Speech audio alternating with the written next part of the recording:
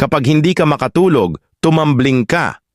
Nakakatulong ito para ma-relax ang iyong utak at katawan. Nakakaranas ka rin ba ng nahuhulog ka sa iyong panaginip at bigla kang magigising? Aktibo pa kasi ang iyong utak at nagbibigay ito ng signal na dadaan sa spinal cord at agad namang nagre-react ang iyong katawan kaya kikirig ka bigla at di mo inaasahan, nagigising ka sa katotohanan na hanggang kaibigan lang kayong dalawa. Kailan ba